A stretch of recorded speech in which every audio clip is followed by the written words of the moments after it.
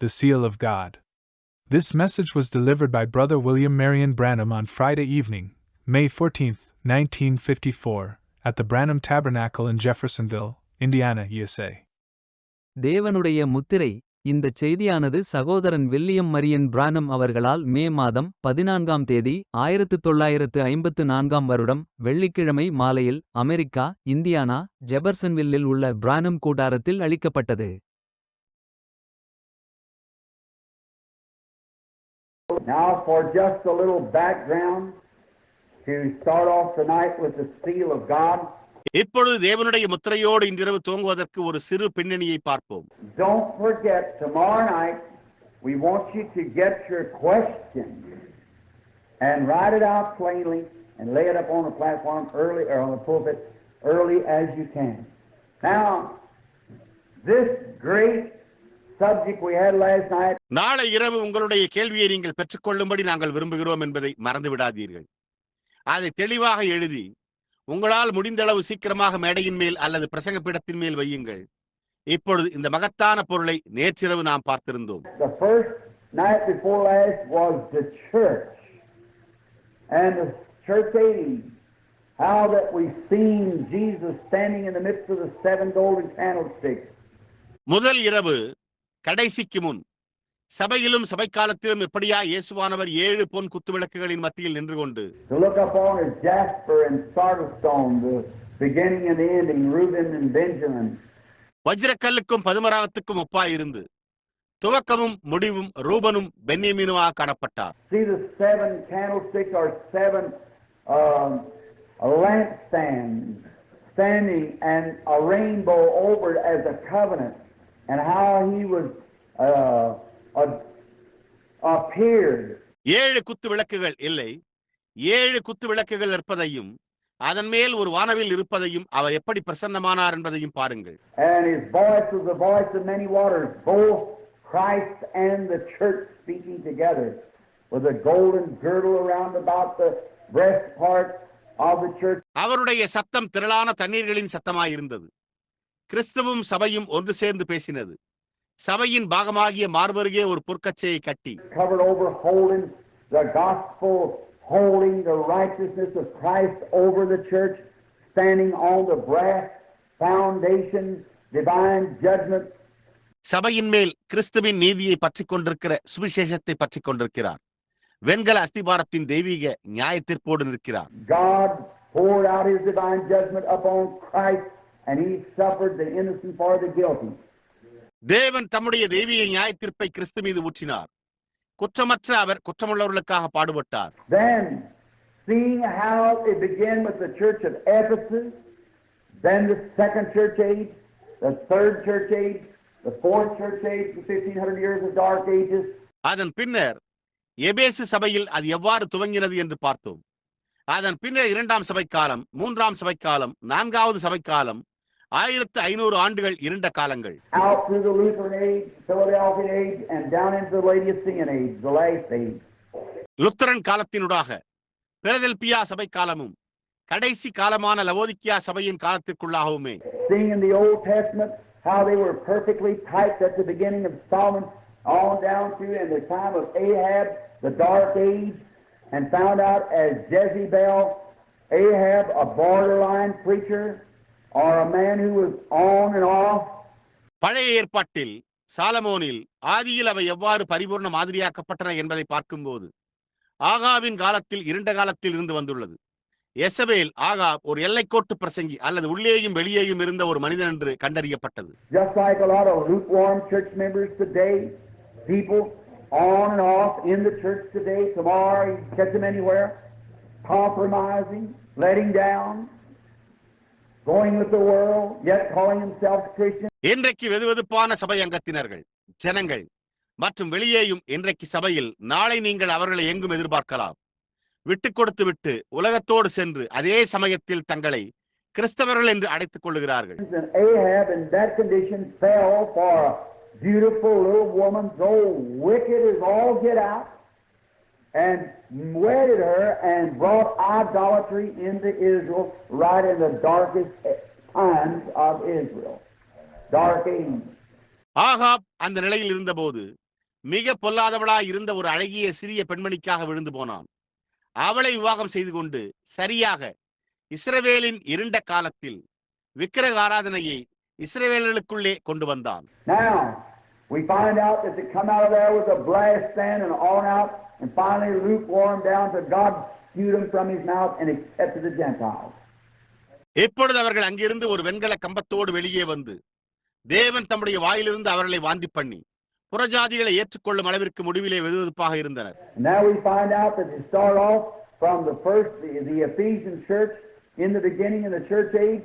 The next church age begin to cool off and get lukewarm, one on in, and the dark age.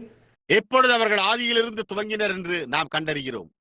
எபேசு சபை ஆதியில் சபையின் காலத்தில் அடுத்த சபை காலம் குளிர்ந்து வெதுவெதுப்பாகி இருண்ட காலத்திற்குள் சென்றது. And just as that day Ahab marrying an idolater Jezebel and brought idolatry into Israel. அந்த நாளில் ஆகாப் விக்கிரகாராதனைக்கார எசபேலை விவாகம் செய்து கொண்டு இஸ்ரவேலுக்குள் விக்கிரகாராதனையை கொண்டு வந்ததைப் போலவே. Then Protestantism married Romanism, Catholicism, and brought idolatry into the church. Come out through Martin Luther, down through John Wesley, over into Pentecost, and out in spewed from God's mouth, and God turns back to the Jew again. Just as perfect. அதன் பின்னர் புராட்டஸ்டன்ட்டுகள் ரோமானிய மார்க்கத்தையும் கத்தோலிக்க மார்க்கத்தையும் விவாகம் செய்து கொண்டு விக்கிரக ஆராதனையை சபைக்குள் கொண்டு வந்தனர். மார்ட்டின் லூத்தர் மூலமாக வெளியே வந்தனர். ஜான் வெஸ்லியின் மூலமாகவும் பெந்தேகோஸ்தேயினுள் நுழைந்து தேவனுடைய வாயிலிருந்து வாந்தி பண்ணப்பட்டனர். தேவன் மீண்டும் யூதரிடம் திரும்புகிறார். Now, I know, you say now I'm a typologist, that's right. Because I know one thing. If I'm going towards my shadow and I see what my shadow looks like. எப்பொழுது நான் அறிவேன். எப்பொழுது நான் ஒரு மாதிரியல் நிபுணர் என்று நீங்கள் கூறுகிறீர்கள். அது உண்மை. காரணம், நான் ஒரு காரியத்தை அறிவேன். நான் என்னுடைய நிழலை நோக்கி செல்வேனானால் என்னுடைய நிழல் எப்படி இருக்கிறது என்பதை நான் காணும்போது I have some conception of what I look like. Whether I'm a four-footed beast or a feathered bird or whatever it is, it'll shadow. நான் எப்படி இருக்கிறேன் என்பதை குறித்து எனக்கு சில கருத்துக்கள் உண்டு. நான் 4 கால்களை கொண்ட மிருகமானாலும் அல்லது சிறைகளுடைய பறவையா இருந்தாலும் அது என்னவா இருந்தாலும் அது நிழலாயிருக்கும். And the Old Testament was the shadow of the New. We got it last night in Revelation 12. The woman with the law under her feet, the moon and the sun at her head. And a type. பழைய ஏற்பாடு புதிய ஏற்பாட்டின் நிழலாயிருந்தது. நாம் அதை நேற்றிரவு வெளிப்படுத்தின விசேஷம் 12ஆம் அதிகாரத்தில் பார்த்தோம். ஸ்திரீ தன்னுடைய பாதத்தின் கீழ் நியாயப்பிரமாணத்தை உடையவளாய் இருக்கிறாள். அவளுடைய தலையில் சந்திரனும் சூரியனும் இருந்தன. How all those things, Hebrews 11th chapter tells us they were all types and shadows. I believe that Hebrews 12 saying, seeing that we're compassed about with such a great cloud of witnesses. எப்படியாய் அந்த காரியங்கள் யாவையும் எபிரேயர் 11ஆம் அதிகாரம் நமக்கு சொல்கிறது. அவைகள் யாவும் மாதிரிகளாகவும் நிழல்களாகவும் இருந்தன. எபிரேயர் 12ஆம் அதிகாரத்தில் ஆகையால் மேகம் போன்ற இத்தனை திரளான சாட்சிகள் நம்மை சூழ்ந்து கொண்டிருக்க Let us lay aside every weight and sin disease and beset us, that we might run with Satan's race set before us. Now, we've seen those things. Then, last evening, பாரமான யாவற்றையும் நம்மை சுற்றி நெருங்கி நிற்கிற பாவத்தையும் தள்ளிவிட்டு நமக்கு நியமித்திருக்கிற ஓட்டத்தில் பொறுமையோட ஓடக்கடவோம் என்று கூறுகிறது என்று நான் நினைக்கிறேன். இப்பொழுது நாம் அந்த காரியங்களை கண்டோம். அதன் பின்னர் நேற்று மாலை we picked up back here to find out our evening before last. We find out then that the first church, how it started off. It was inaugurated and began at the day of Pentecost, where the Holy Spirit was poured out upon believers. நாங்கள் கண்டுபிடிக்க மீண்டும் இங்கே எடுத்தோம். இல்லை, கடைசிக்கு முந்தைய மாலை முதலாம் சபையானது எவ்வாறு துவங்கினது என்பதை நாம் கண்டறிகிறோம். அது பெந்தேகோஸ்தே நாளில் துவக்கத்தில் தொடங்கப்பட்டது. அங்குதான் பரிசுத்த ஆவி விசுவாசிகள் மேல் ஊற்றப்பட்டது. And we saw the reaction of these believers and how it acted upon them and what they did and the signs and wonders that followed them. இந்த விசுவாசிகளின் எதிர் விளைவையும் அது அவர்கள் மேல் எப்படி செயல்பட்டது என்றும் அவர்கள் என்ன செய்தனர் என்றும் அவர்களை பின்தொடர்ந்த அடையாளங்கள் மற்றும் அற்புதங்களையும் நாம் கண்டோம். Then we find at the closing of that church age, about 300 years, they sprung up a heresy among them called the doctrine of the Nicolaitans. Then we find out it was deeds to begin with. அதன் பின்னர் அந்த சபை காலத்தின் முடிவில் ஏறக்குறைய 300 ஆண்டுகளில் அவர்கள் நிக்கோலாய் மதஸ்தரின் போதகம் என்று அழைக்கப்பட்ட ஒரு மதபேதத்தை தங்களுக்குள்ளே தோன்ற செய்தனர் என்பதை நாம் கண்டறிகிறோம். அதன் பின்னர் அது துவக்கத்தில் கிரியைகள் என்று நாம் கண்டறிகிறோம். In the next church age, it become a doctrine, அடுத்த சபையின் காலத்தில் அது ஒரு போதகமாக மாறியது. and then become a persecution in the dark age. அதன் பின்னர் இருண்ட காலத்தில் ஒரு உபத்திரவப்படுத்துதலாக மாறியது. Then come out on the other side over here and found out that it had got out with the Protestant churches that come out. அதன் பின்னர் மறுபுறம் புறப்பட்டு வந்து எங்கே அது வெளியே வந்த புராட்டஸ்டன்ட் சபைகளில் தோன்றினது என்று கண்டறிந்தோம். Then we goes back again then and find out how all lukewarms over here in the end of the age at this time, how it all cools off, just like it did under the Jews, so it's doing under the Gentiles, cooling off as it's going this way, the shadows dimming out. அதன் பின்னர் நாம் மறுபடியும் பின்னோக்கி சென்று இங்கு எப்படி வெதுவெதுப்பான நிலை உள்ளது என்பதையும் காலத்தின் முடிவில் இந்த பக்கத்தில் எப்படியெல்லாம் குளிர்ந்து போகிறது என்பதையும் கண்டறிகிறோம். அது யூதர்களின் கீழ் செய்தது போல் புறஜாதியினரின் கீழ் நடக்கிறது. அது இந்த வழியாக செல்லும் போது குளிர்ந்து போய் நிழல் மங்கிக் கொண்டிருக்கிறது. Just like it was the days of Wesley. We brought that in last night. Luther. What a great revival you had. But the next round, it began to cool off. The next round, it got cooler. வெஸ்லியின் நாட்களில் இருந்ததைப் போலவே நேற்றிரவு நாம் அதை கொண்டு வந்தோம். Luther, உங்களுக்கு என்ன ஒரு மகத்தான எழுப்புதல் உண்டாயிருந்தது. ஆனால் அடுத்த சுற்றில் அது குளிர்ந்து போக துவங்கியது. அடுத்த சுற்றில் அது குளிர்ந்து போனது. And now it's just a bunch of creeds and forms. That's all it is. And that's the way it's been all the way along. So then we talked that. இப்பொழுது அது ஒரு கூட்ட கோட்பாடுகள் மற்றும் சம்பிரதாயங்கள், அவ்வளவுதான். பார்த்தீர்களா? அந்த விதமாகவே அது எல்லா வழிகளிலும் இருந்து வருகிறது. ஆகையால் அதன் பின்னர் நாங்கள் அதை போதித்திருக்கிறோம். Now close now, listen. So to be sure to remember, I'm not condemning Catholic people, I'm not condemning Protestant people. இப்பொழுது முடிக்கையில் கவனியுங்கள். இதனால் நீங்கள் நினைவில் வைத்திருப்பீர்கள், நான் கத்தோலிக்க ஜனங்களை கண்டனம் செய்யவில்லை, புராட்டஸ்டன்ட் ஜனங்களையும் நான் கண்டனம் செய்யவில்லை. For out of both and all of them comes the seed of God. Amen. By election. Those who are ordained to life will sit and walk in it. Those who cannot see walk in darkness. ஏனென்றால் அவை இரண்டிலிருந்தும் தெரிந்து கொள்ளுதலின் மூலம் தேவனுடைய with வருகிறது. ஜீவனுக்கென்று நியமிக்கப்பட்டுள்ளவர்கள் அதை கண்டு அதில் நடப்பார்கள். காண முடியாதவர்கள் இருளில் நடக்கின்றனர். That's up to God. God does it. He swore and promised Abraham that he would save him and his seed. Now you got Abraham's seed, you got eternal life. That's all. And your heirs according to promise. And it's all by grace and by election of God. அது தேவனை பொறுத்ததாய் உள்ளது. தேவன் அதை செய்கிறார். அவர் ஆபிரகாமையும் அவனுடைய சந்ததியையும் ரட்சிப்பதாக ஆணையிட்டு வாக்குத்தத்தம் செய்திருந்தார். இப்பொழுது நீங்கள் ஆபிரகாமினுடைய சந்ததியாய் இருந்தால் நீங்கள் நித்திய ஜீவனை பெற்றுக் கொள்வீர்கள். அவ்வளவுதான். நீங்கள் வாக்குத்தத்தின்படி சுதந்திரவாளிகளாய் இருக்கிறீர்கள். இவை யாவுமே கிருபையினாலும் தேவனுடைய தெரிந்து கொள்ளுதலினாலும் உண்டானவை. Now, notice in this here, and I'm just sometimes maybe if I preached more or taught more, it's been years. This is the first teaching meeting I've had for about 8 years. இப்பொழுது இங்கே இதை கவனியுங்கள். நான் சில நேரங்களில் நான் அதிகமாக பிரசங்கித்திருக்கலாம், இல்லை அதிகமாக போதித்திருக்கலாம். அவ்வாறு செய்து பல வருடங்களாகிவிட்டன.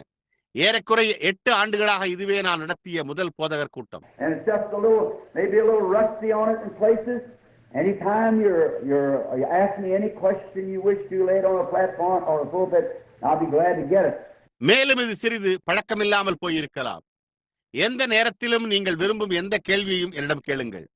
அதை மேடையின் மேல் அல்லது பிரசங்க பீடத்தின் மேல் வையுங்கள். நான் அதை பெற்றுக்கொள்ள மகிழ்ச்சி அடைவேன். Now, notice, but all that I know of it, I never learned it by man, by seminary.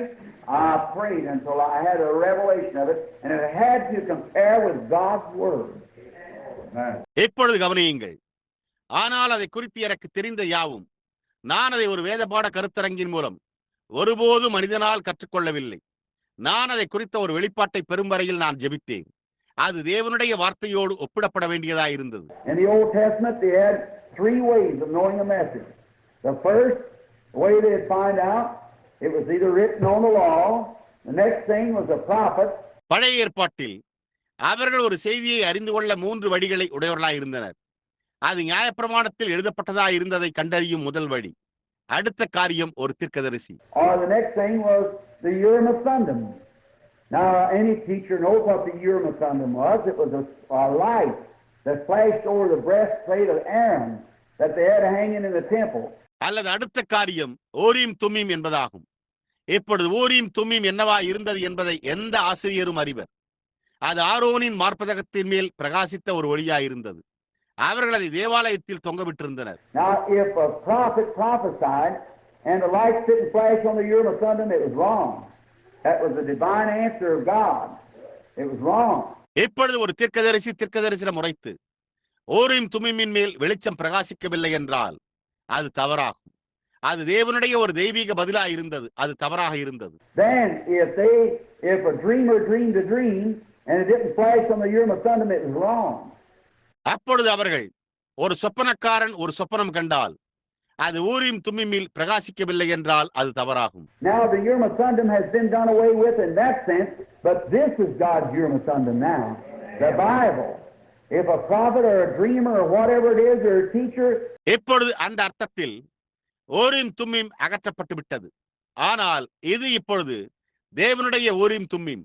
வேதாகமம் ஒரு தீர்க்கதரிசி அல்லது ஒரு சொப்பனம் காண்பவன் அல்லது அது என்னவா இருந்தாலும் அல்லது ஒரு போதகனாய் இருந்தாலும் hasn't based his theory exactly on thus saith the Lord, I don't believe it. See, got the place right here from Genesis to Revelation.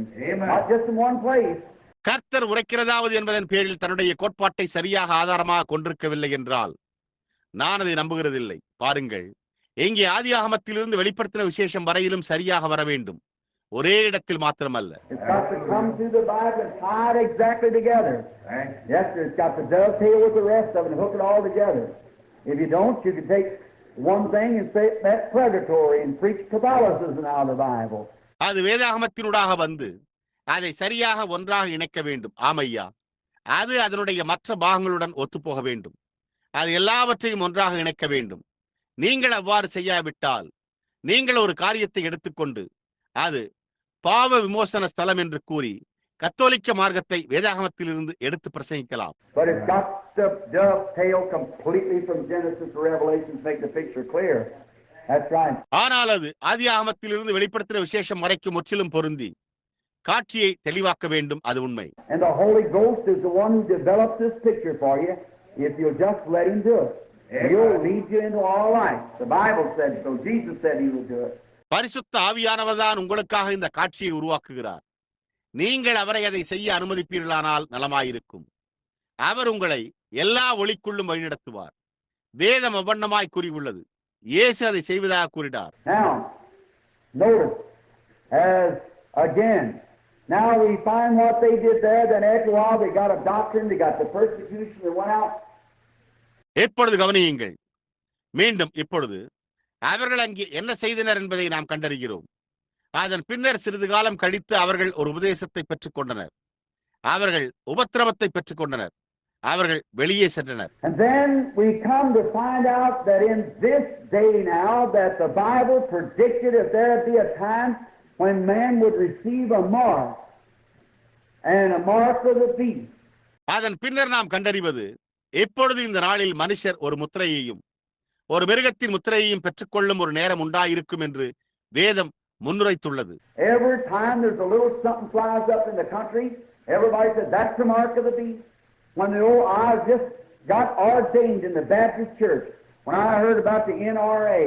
ஒவ்வொரு முறையும் அந்த தேசத்தில் ஏதோ ஒன்று சிறியதாக பறக்கிற போது ஒவ்வொருவரும் அது மிருகத்தின் முத்திரை என்றனர். நான் பாப்டிஸ்ட் சபையில் நியமனம் பெற்றிருந்த போது நான் NRA வை குறித்து கேள்விப்பட்டேன். Well, everybody said that's the mark of the beast. And then everything starts wrong. It's the mark of the beast. பாருங்கள், எல்லோரும் அது மிருகத்தின் முத்திரை என்றனர். அதன் பின்னர் ஒவ்வொரு காரியமும் அது மிருகத்தின் முத்திரை என்று கூற துவங்குகிறது. And now they say here comes Russia down, communism. It's the mark of the beast. But it's a lie. It isn't the mark of the beast. The Bible tells what the mark of the beast is. இப்பொழுது அவர்கள் இதோ Russia வருகிறது, communism, அது மிருகத்தின் முத்திரை என்கிறார்கள். ஆனால் அது ஒரு பொய். அது மிருகத்தின் முத்திரை அல்ல. மிருகத்தின் முத்திரை என்னவென்பதை வேதம் கூறுகிறது. The mark of the beast is not no great anti-religion, anti-country raised up like that.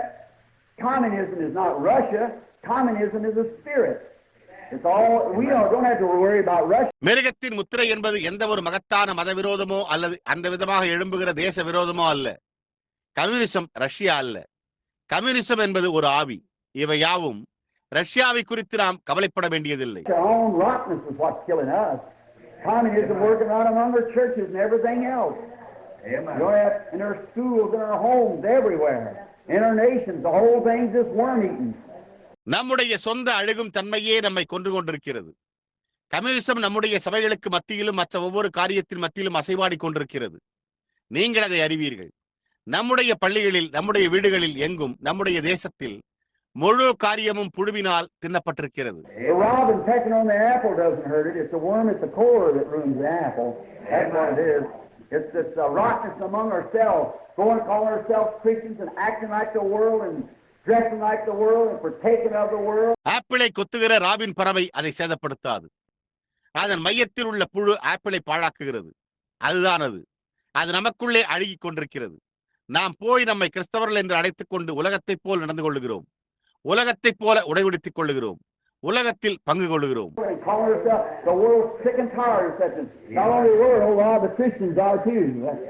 நம்மை நாமே அழைத்துக் கொள்ளுகிறோம். உலகம் சோர்வுற்று அப்படிப்பட்ட காரியங்களை குறித்து களைப்புற்றும் உள்ளது. உலகம் மாத்திரமல்ல, அநேக கிறிஸ்தவர்களும் கூட அப்படித்தான் இருக்கிறார்கள். ஆம்,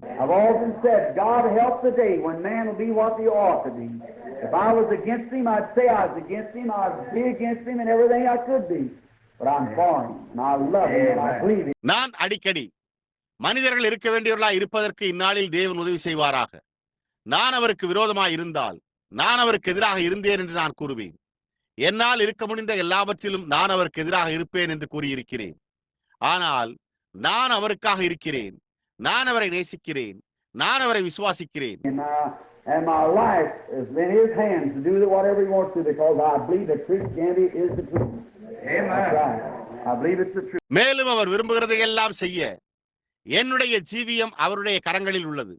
ஏனென்றால் கிறிஸ்தவம் தான் உண்மை என்று நான் விசுவாசிக்கிறேன்.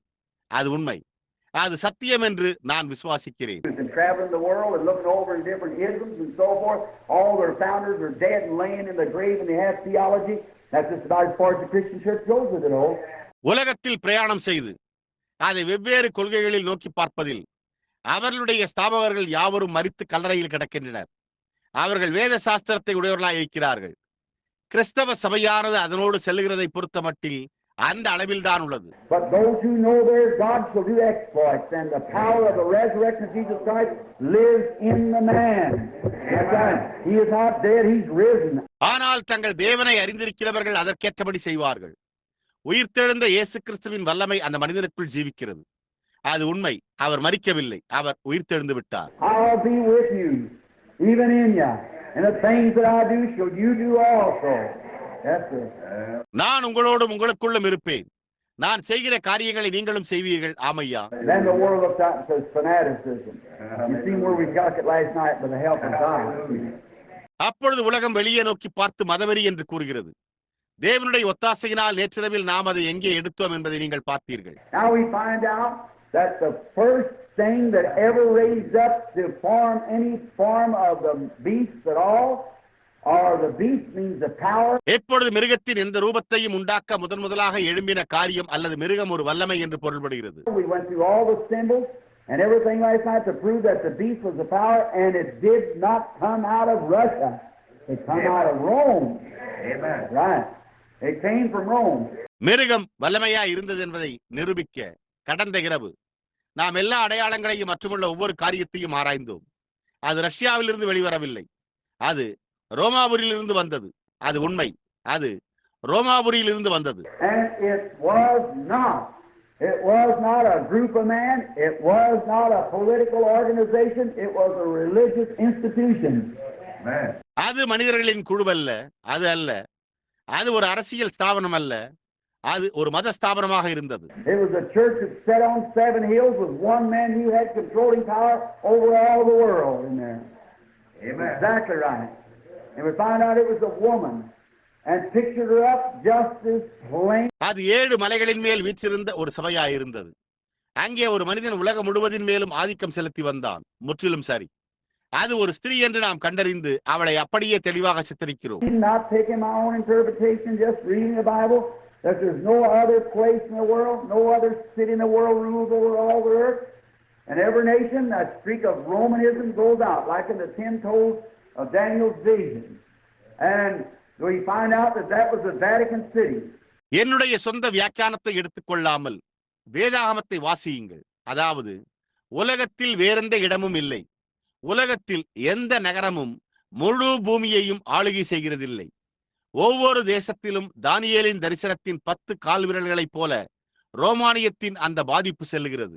அது வாடிகன் நகரமாய் இருந்தது என்பதை நாம் கண்டறிகிறோம். At least a dozen Royal Catholics sitting here last night. They sat still and listened. They're sincere. They're hungry. குறைந்தது ஒரு டஜன் கத்தோலிக்கர்களாவது நேற்றிரவு இங்கு அமர்ந்திருந்தனர். அவர்கள் அமைதியாக அமர்ந்து கேட்டுக்கொண்டிருந்தனர். அவர்கள் உத்தமமானவர்கள். அவர்கள் பசியாயிருக்கிறார்கள். Now, you can't argue with the priest. He won't argue. Because the priest, if the church says anything different from this Bible, the church is right. எப்பொழுது நீங்கள் குருவானவரோடு தர்க்கம் செய்ய முடியாது. ஏனென்றால் ஒரு குருவானவர் சபையானது இந்த வேதாகமத்திலிருந்து வித்தியாசமாக ஏதாவது கூறினால் சபை சரியானதுதான் என்று கூறி வாதிட மாட்டார். To me, the Bible's right and the church is wrong. See? You can't argue with me. You've no way of arguing. There's no way of discussing or debating. Because they believe what the church says, that's it. என்னை பொறுத்தமட்டில் வேதாகமம் சரியாயுள்ளது, சபை தவறாயுள்ளது. பார்த்தீர்களா? உங்களால் அவர்களோடு தர்க்கம் செய்ய முடியாது. அவர்கள் நீங்கள் பெற்றுள்ள வாக்குவாதத்திற்கு வழியே இல்லை. கலந்தாலோசிக்கவோ அல்லது விவாதிக்கவோ வழியே கிடையாது. ஏனென்றால் அவர்கள் சபை என்ன கூறுகிறதோ அதுதான் அது. That's it. What the church says, no matter what the Bible says, is what the church says. They believe the church, we believe the Bible. வேதம் என்ன கூறினாலும் கவலைப்படுவதில்லை. சபை என்ன கூறுகிறதோ அதுதான் அது. அதைத்தான் சபை கூறுகிறது என்று விசுவாசிக்கிறார்கள். அவர்கள் சபையை விசுவாசிக்கின்றனர். நாம் வேதாகமத்தை விசுவாசிக்கிறோம். Now we find out that she was called, the church was a woman, and she was called the flat, vulgar word of whore, and then she was a mother of harlots. எப்பொழுது அவள் அழைக்கப்பட்டாள் என்று நாம் கண்டறிகிறோம். சபையானது ஒரு ஸ்திரீயா இருந்தது. அவள் வெளிப்படையாக இழிவான வார்த்தையான வேசி என்று அழைக்கப்பட்டாள். அதன் பின்னர் அவள் வேசிகளின் தாயாக இருந்தாள். And we find out that the Catholic Church was the first mother church. She is exactly what she said she was. She is the first church to ever be organized. When God ever organized religion, it was the Catholic Church. கத்தோலிக்க சபைதான் முதல் தாய் சபை என்பதை நாம் கண்டறிகிறோம். அவள் இருந்ததாக அவள் கூறினது போலவே அவள் இருக்கிறாள். அவள் ஸ்தாபனமாக்கப்பட்ட முதல் சபை. எப்போதாவது தேவன் மார்க்கத்தை ஸ்தாபித்தாரா? அதை செய்தது கத்தோலிக்க சபையாக இருந்தது. The first organization was ever organized in the world of Christian religion. The Catholic Church. Now, கிறிஸ்தவ மார்க்கத்தில் உலகத்தில் முதலாக ஸ்தாபனமாக ஸ்தாபிக்கப்பட்டது கத்தோலிக்க சபையே. and then finding she was a mother of harlots, she gave birth unto churches after her, because they couldn't have been boys, they had to be girls. அதன் பின்னர் முடிவிலே அவள் வேசிகளின் தாயாக இருந்தாள். அவளுக்கு பிறகு அவள் சபைகளை பெற்றெடுத்தாள். ஏனென்றால் அவர்கள் பையன்களா இருக்க முடியாது, அவர்கள் பெண் பிள்ளைகளா இருக்க வேண்டியதா இருந்தது. And we find out that the Protestant church is a product of the Catholic Church, the Church of the Scriptures. And looking at your history book, we see that the Protestant church is a product. Protestant சபையானது கத்தோலிக்க சபையின் விளைபொருளே என்பதை நாம் கண்டறிகிறோம். வேத வாக்கியங்களை ஆராய்ந்து உங்களுடைய சரித்திர புத்தகத்தை நோக்கி பார்ப்பதன் மூலம் புராட்டஸ்டன்ட் சபையானது அதன் உற்பத்தியா இருக்கிறது என்பதை நாம் காண்கிறோம். And the Protestant can't harlot the Catholic because the both says they are harlots and whores.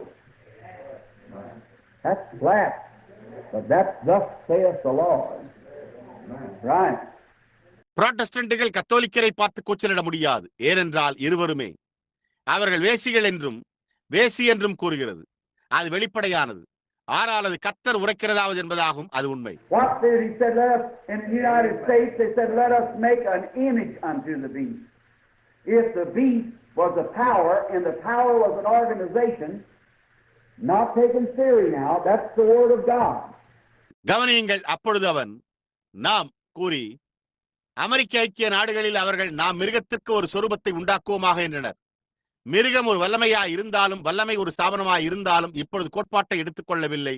அது தேவனுடைய வார்த்தையாய் உள்ளது. The organization of the Catholic Church organized themselves together and made agree and accepted what they call the early fathers together and organized the Catholic Church. கத்தோலிக்க சபையின் ஸ்தாபனம் ஒன்று சேர்ந்து ஸ்தாபனம் உண்டாக்கிக் கொண்டு கத்தோலிக்க சபையை ஸ்தாபித்து ஆதி பிதாக்கள் ஒன்றாக என்று அவர்கள் அழைப்பதை அவர்கள் அமைத்து And made a ritual and what they believed and what they would teach, a universal belief, and they forced it to people by punishment.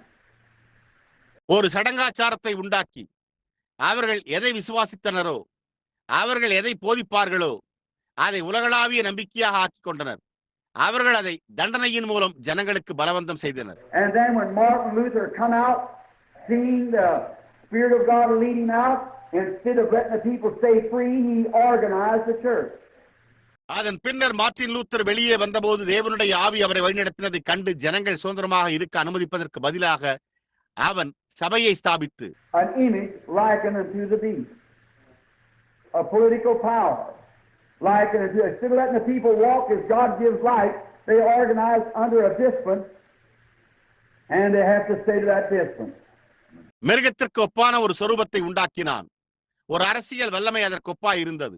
தேவன் வெளிச்சம் கொடுக்கிறபடி ஜனங்களை நடக்க அனுமதிப்பதற்கு பதிலாக அவர்கள் ஒரு ஒழுங்குமுறையின் கீழ் ஸ்தாபனம் உண்டாக்கி கொண்டனர்.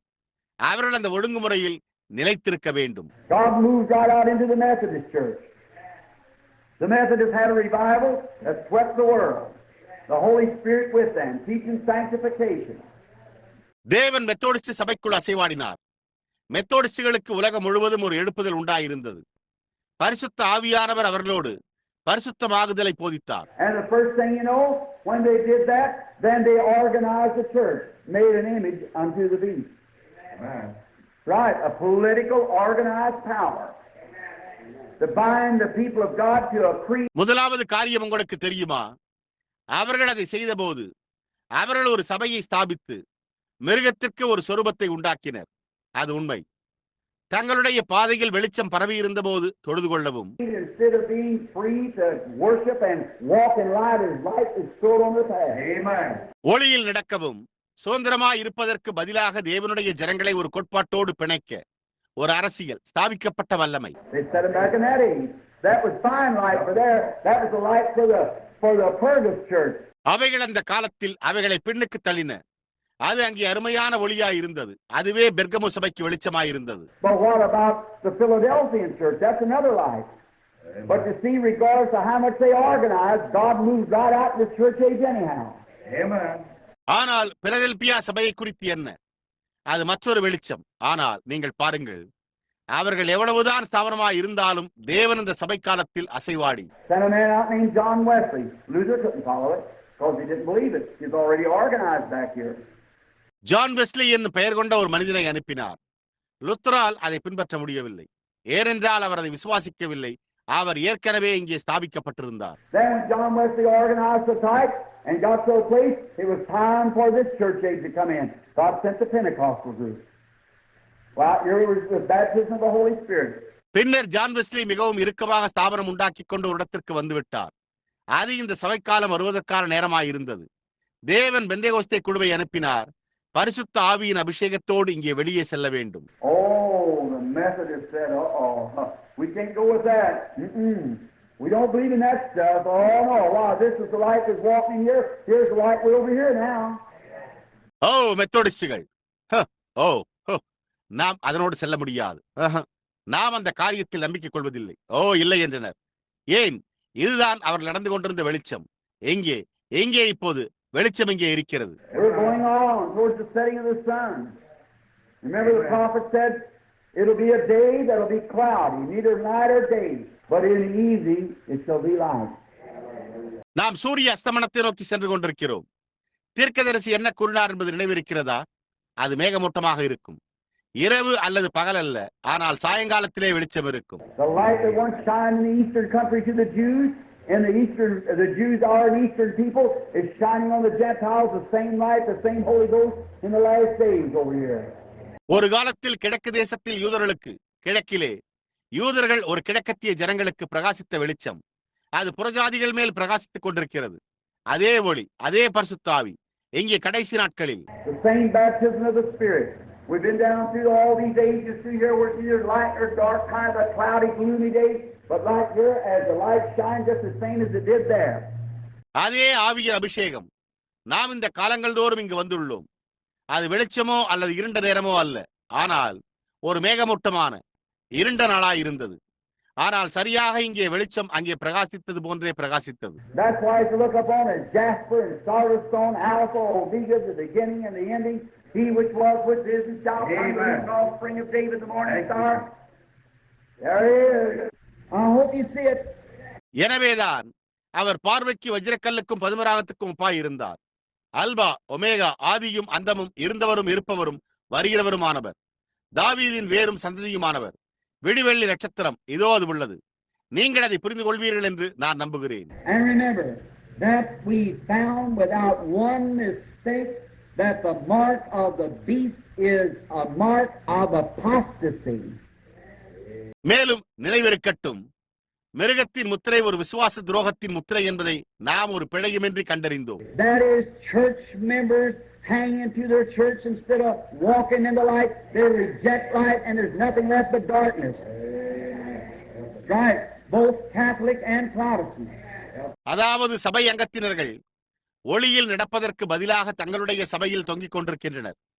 அவர்கள் ஒளியை புறக்கணிக்கின்றனர். இருளை தவிர வேறொன்றும் விடப்பட்டிருக்கவில்லை. அது உண்மை. கத்தோலிக்கரும் புராட்டஸ்டன்ட்களும் இருவருமே. There was a beast, a whore, and she had harlot daughters, and these harlot daughters, when they broke forth, they were virgins in the light of that day, and they organized and bringing people down here, back in here. அங்கே ஒரு மிருகம், ஒரு வேசி இருந்தது. அவளுக்கு வேசி குமாரத்திகள் உண்டு.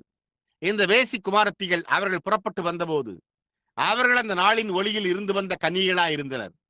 அவர்கள் ஸ்தாபனம் உண்டாக்கி கொண்டு ஜனங்களை எங்கே திரும்பவும் கொண்டு வந்து making them the same kind of thing that Rome was in the beginning. The Bible said so. The beast and an image to the beast, the letter of his name and so forth. ரோமாபுரி ஆதியிலிருந்து அதே விதமான ஒரு காரியமாக அவர்களை ஆக்கியது. வேதம் அவண்ணமாய் கூறியுள்ளது. மிருகம், மிருகத்திற்கு ஒரு சொரூபத்தையும் அவனுடைய நாமத்தின் எழுத்து போன்றவற்றையும் கூறலாம். How we went through the whole thing last night, and the Bible plainly, not somebody's theory, but the Bible laid it out. That 7-head, 10-horned beast. நேற்றிரவு முழு காரியத்தினூடாகவும் நாம் எவ்வாறு கடந்து சென்றோம். வேதம் தெளிவாக யாரோ ஒருவருடைய கோட்பாடு அல்ல, ஆனால் ரோமாபுரியில் இருந்து வந்த 7 தலைகளையும் 10 கொம்புகளையும் கொண்ட மிருகம் என்று வேதாகமத்தில் போடப்பட்டுள்ளது. And was he which was, which is not, and which is, and which is not, one pope after another, and shall go into perdition. And find out that that same old woman brought forth some girls. அங்கே ரோமாபுரியில் இருந்ததும் இராமற் போனதும் இருப்பதும் இனி இராமற் போவதுமா இருக்கிறதே இருந்தது. ஒன்றன் பின் ஒன்றாக ஒரு போப்பாண்டவர் ஒருவர் பின் ஒருவராக அழிவுக்குள் செல்வார்கள். அதே வயோதிக ஸ்திரீ சில பெண் பிள்ளைகளை பெற்றெடுத்தாள் என்பதை கண்டறியுங்கள். They were virgins in the beginning, walking in what light they had, and then they began to act like prostitutes and went right back doing the same thing their mammy does. Exactly. Exactly. அவர்கள் ஆதி முதற்கொண்டே கன்னிகைகளாய் இருந்தனர். அவர்கள் பெற்றிருந்த ஒளியில் நடந்தனர். அதன் பின்னர் அவர்கள் விபச்சாரிகளைப் போல நடந்து கொள்ளத் தொடங்கி அவர்களுடைய தாய் செய்கிற அதே காரியத்திற்கே திரும்பி சென்று விட்டனர். சரியாக.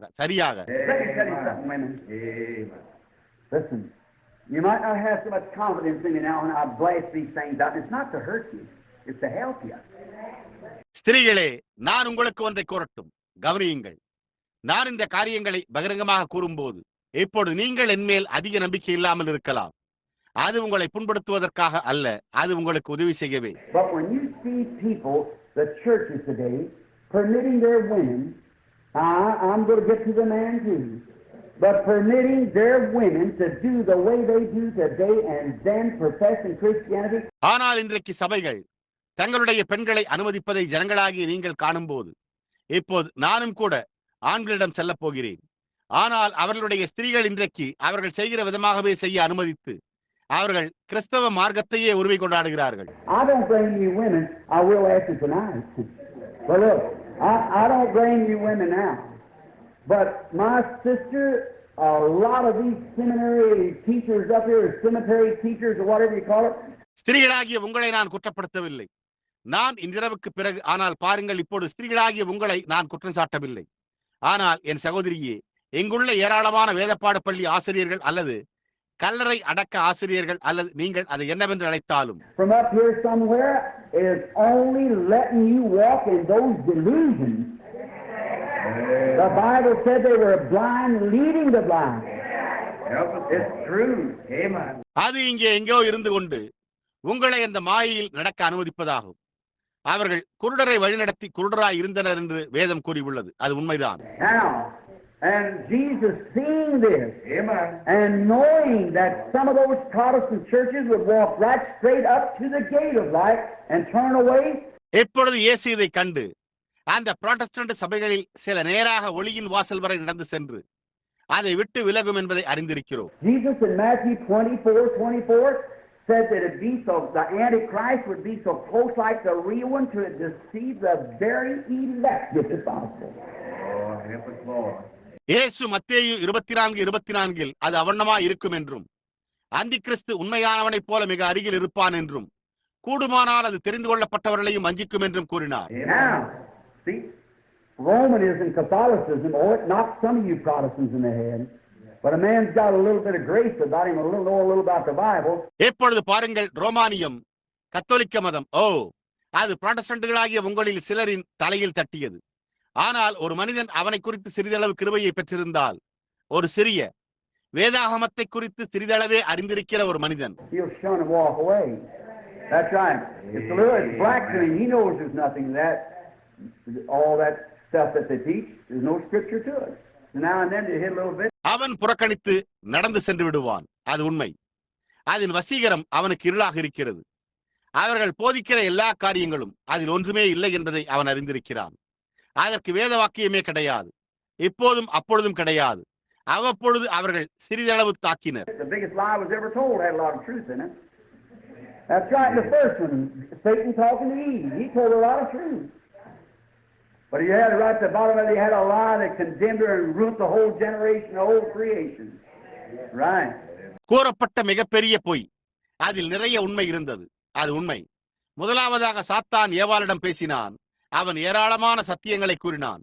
ஆனால் அவன் அதனுடைய அடிபாகத்தில் அவளை ஆக்கினைக்குள்ளாக்கும் ஒரு பொய்யை உடையவனாயிருந்தான். முழு தலைமுறையையும் முழு சிருஷ்டியையும் பாழாக்கினது. அது உண்மை.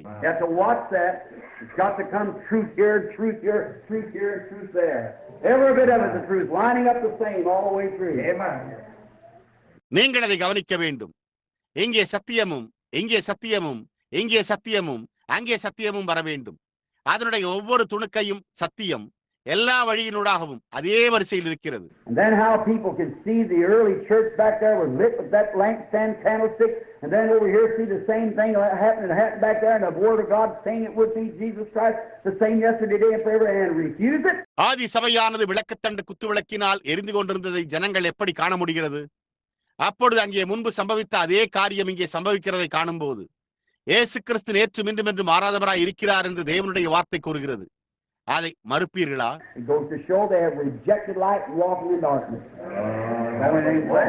அவர்கள் ஒளியை புறக்கணித்து இருளில் நடக்கின்றனர் என்பதையே அது காண்பிக்கிறது. ஒன்று மாத்திரமே விடப்பட்டுள்ளது.